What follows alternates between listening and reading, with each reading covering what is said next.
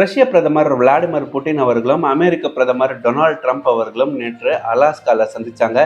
இந்த சந்திப்பின் போது இவங்க என்னென்ன விஷயங்கள டிஸ்கஸ் பண்ணாங்க போன்ற விஷயங்கள தான் இந்த வீடியோல நம்ம டீட்டெயில்டா பார்க்க போறோம். முதல்ல அமெரிக்கன் பிரசிடென்ட் டொனால்ட் ட்ரம்ப் அவர்கள் என்னென்ன சொன்னாங்க அப்படின்றத பார்த்துட்டு, அதற்கு புட்டின் அவர்கள் என்ன விஷயங்கள் சொன்னாங்க அப்படின்றத நம்ம ஒன்னொன்னா பார்த்துடலாம்.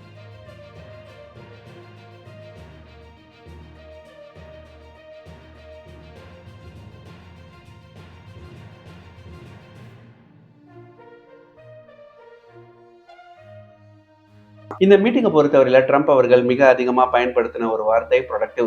இந்த மீட்டிங் ரொம்பவே ப்ரொடக்டிவாக இருந்தது. எந்த ஒரு டீலும் எட்டப்படலை, ஆனால் ரொம்பவே ப்ரொடக்டிவான ஒரு மீட்டிங் அப்படின்னு சொல்லியிருந்தாரு. அடுத்ததாக அவர் சொன்னது யுக்ரைனை பற்றி. இனிஷியல் டேஸில் இரண்டு நாடுகளும் வார் அப்படின்னு சொல்லிட்டு இருந்தாங்க.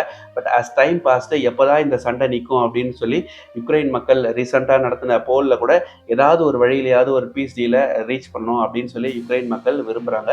அதுதான் தன்னுடைய விருப்பமாகவும் இருக்குது. யுக்ரைன் மக்கள் பக்கம் நான் நிற்கிறேன் அப்படின்னு சொல்லியிருந்தாரு. அடுத்ததாக அவர் யுக்ரைன் பற்றி சொன்னது, அமெரிக்கா ரஷ்யாவுக்கும் யுக்ரைனுக்கும் இடையில ஒரு பீஸ் டாக்ஸ்க்கு அரேஞ்ச் பண்ண முடியும், ஆனால் ஃபைனல் டிசிஷனை யுக்ரைன் தான் எடுக்கணும். என்ன பண்ண போகிறாங்க அப்படின்றத யுக்ரைன் அரசாங்கமும் யுக்ரைன் மக்களும் தான் முடிவு பண்ணணும். இந்த டீல் விஷயத்தில் நாங்கள் எந்த ஒரு ஃபோர்ஸையுமே இது நீங்கள் பண்ணி தான் ஆகணும் அப்படின்னு சொல்லி நாங்கள் யுக்ரைன் கவர்மெண்ட்டையோ நாங்கள் கட்டாயப்படுத்த மாட்டோம் அப்படின்ற மாதிரி ட்ரம்ப் அவர்கள் சொல்லியிருக்காரு. ட்ரம்ப் அவர்கள் சொன்ன அடுத்த விஷயம், இந்த மீட்டிங்ல என்ன நடந்தது அப்படின்றத நான் கண்டிப்பா யுக்ரைன் பிரசிடென்ட் ஜெலன்ஸ்கி கிட்டையும் யுக்ரைனோட அஃபிஷியல்ஸ் கிட்டையும் சொல்லுவேன். அது மட்டும் இல்லாமல் யூரோப்பியன் யூனியன்ல இருக்கிற லீடர்ஸ் ஆகட்டும், இல்லை நாட்டோவில் இருக்கிற லீடர்ஸ் ஆகட்டும், இவங்க எல்லார்கிட்டையும் இந்த மீட்டிங்ல என்ன நடந்தது அப்படின்றத போய் நான் ஷேர் பண்ணுவேன். அதே மாதிரி மற்ற குளோபல் லீடர்ஸ் எல்லார்கிட்டையும் இந்த மீட்டிங்ல என்ன நடந்தது அப்படின்றத நான் நிச்சயமா கம்யூனிகேட் பண்ணுவேன் அப்படின்ற மாதிரி சொல்லியிருக்காரு. ஃபர்ஸ்ட் தெரிய வேண்டியது யுக்ரைனுக்கு தான் அப்படின்னு அவர் சொல்லியிருக்காரு. இறுதியாக அவர் சொன்னது ரஷ்யா அமெரிக்கன் ரிலேஷன்ஷிப் பற்றி. அமெரிக்காவில் நிறைய பேர் ரஷ்யாவுக்கு எதிரான ஒரு மனநிலை கொண்டிருக்கிற ஒரு காரணத்தினால தான் இந்த இரு நாடுகளும் ஒரு கொலாபரேட்டிவான எக்கனாமிக் குரோத்தையோ இல்லைன்னா ஒரு பீஸ்ஃபுல்லான என்விரான்மெண்ட்டையோ ஏற்படுத்த முடியல அப்படின்னு சொல்லி ட்ரம்ப் அவர்கள் சொல்லியிருந்தாரு. ட்ரம்ப் அவர்களை பொறுத்தவரையில் இந்த மீட்டிங் அவர் சக்சஸாக தான் பார்க்குறாரு.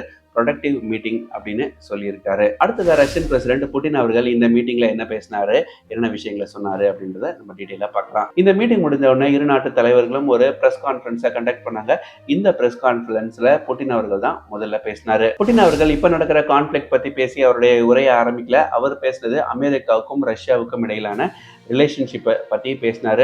வேர்ல்டு வார் டைமில் எந்த அளவுக்கு அவங்க ஒரு ஃப்ரெண்ட்ஸாக இருந்தாங்க, எப்படி ஒரு கொலாபரேட்டிவாக இருந்து ஒரு விக்டரி அவங்க அச்சீவ் பண்ணாங்க, சீக்ரெட் பிரிட்ஜ் அப்படின்னு சொல்லுவாங்க. அதாவது இரு நாட்டு வீரர்களும் எப்படி வேர்ல்டு வார் டைமில் போரிட்டு வெற்றியை கொண்டு வந்தாங்க போன்ற பல்வேறு விஷயங்களை அவங்க சொல்லியிருந்தாரு.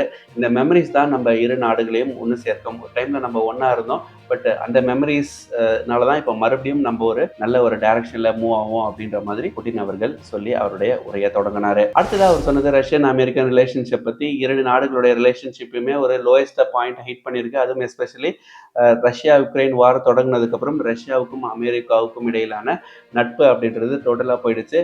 லோயஸ்ட் பாயிண்ட் ஹிட் பண்ணியிருக்கு அப்படின்னு அவர் சொல்லியிருந்தாரு. கண்டிப்பாக இந்த சுச்சுவேஷனானது மாறணும் அப்படின்னு அவர் விரும்புறதா அவர் குறிப்பிட்டிருந்தாரு. அடுத்ததாக புட்டின் அவர்கள் சொன்ன ஒரு விஷயம் யுக்ரைன் பத்தி அவர் சொல்லும்போது, யுக்ரைன் எங்களுடைய பிரதர்லி கண்ட்ரி, அவங்க மேலேயே நாங்கள் போர் தொடுக்கிற ஒரு சுச்சுவேஷன் வந்தது நிஜமாவே வருத்தம் அளிக்கிறது. It is a wound on us அப்படின்னு சொல்லியிருந்தாரு. கண்டிப்பாக இந்த மாதிரி ஒரு சுச்சுவேஷன் வரும் அப்படின்னு சொல்லி நாங்கள் எதிர்பார்க்கல. யுக்ரைன் நாட்டோட போய் சேருவாங்க அப்படின்ற ஒரு சுச்சுவேஷன் வந்த ஒரு காரணத்தினால தான் எங்கள் நாட்டுடைய செக்யூரிட்டியை கருதி நாங்கள் இந்த வார வேஸ்ட் பண்ணுற ஒரு சுச்சுவேஷனுக்கு தள்ளப்பட்டோம் அப்படின்னு சொல்லி புட்டின் அவர்கள் சொல்லியிருந்தாரு. புட்டினோடைய ஸ்பீச்சில் அவர் சொன்ன ஒரு மிக முக்கியமான லைன்னா, no deal until there is a deal அப்படின்னு அவர் சொல்லியிருந்தாரு. இவர் டீல் அப்படின்னு எதை ரெஃபர் பண்ணுறாரு அப்படின்னு தெரியல. பட் கெஸஸ் படி பார்த்தா இவர் எதை மென்ஷன் பண்ணியிருக்கலாம் அப்படின்னா, எங்க மேலே விதிச்ச எக்கனாமிக் சாங்ஷன்ஸ் எல்லாத்தையும் உலக நாடுகள் ரிமூவ் பண்ணணும், எஸ்பெஷலி அமெரிக்கா மாதிரியான நாடுகள் ரிமூவ் பண்ணணும் போன்ற விஷயங்களா இருக்கலாம். இல்லை அப்படின்னா ரஷ்யா யுக்ரைன் வாரில் நாங்கள் வின் பண்ண டெரிட்டரிஸை நாங்கள் ரீடைன் பண்ணிப்போம் அப்படின்ற ஒரு விஷயமா இருக்கலாம். இல்லை யுக்ரைன் நாட்டோட சேரக்கூடாது அப்படின்னு எங்களுக்கு கையெழுத்து போட்டு கொடுக்கணும் அப்படின்ற ஒரு விஷயமா கூட இருக்கலாம். என்ன அப்படின்றத ஸ்பெசிஃபை பண்ணலை. கண்டிப்பாக அவர் சொன்ன ஒரு லைன்ல இருந்து நம்மளுக்கு அவர் என்ன கன்வே பண்ண வராரு அப்படின்றத புரியுது. நான் சொன்னதுக்கு ஓகே அப்படின்னா நீங்கள் டீலுக்கு வாங்க அப்படின்றது தான் அவர் மீன் பண்ணுறாரு. அடுத்ததாக அவர் ட்ரம்ப் அவர்கள் பற்றி சொன்ன ஒரு விஷயம் தான் வித்தியாசமாக இருந்தது. இதற்கு முன்னாடி டேர்மில் ட்ரம்ப் அவர்கள் எலெக்ட் ஆகி இருந்தார் அப்படின்னா கண்டிப்பாக அவர் இந்த வாரம் நடக்க விட்டிருக்க மாட்டார் அப்படின்ற மாதிரி அவர் சொல்லியிருந்தாரு. இதே தான் ட்ரம்ப் அவர்களும் அவருடைய எலெக்ஷன் கேம்பெயினில் சொன்னார். நான் எலெக்ட் ஆகி இருந்தேன் அப்படின்னா ரஷ்யா யுக்ரைன் வாரை கண்டிப்பாக நான் தடுத்திருப்பேன் அப்படின்னு அவர் சொன்னார். இப்போ புட்டின் அவர்களும் அதையே சொல்கிறது கொஞ்சம் வித்தியாசமாக இருக்குது அப்படின்னு சொல்லலாம். இல்லை நிஜமாவே அந்த அளவுக்கு ஒரு பீஸ் கீப்பரா அப்படின்றத காலம்தான் பொறுத்திருந்து சொல்லணும். புட்டின் அவர்கள் சொன்ன மோஸ்ட் ஆஃப் த விஷயங்கள் ரஷ்யன் லாங்குவேஜ் தான் இருந்தது.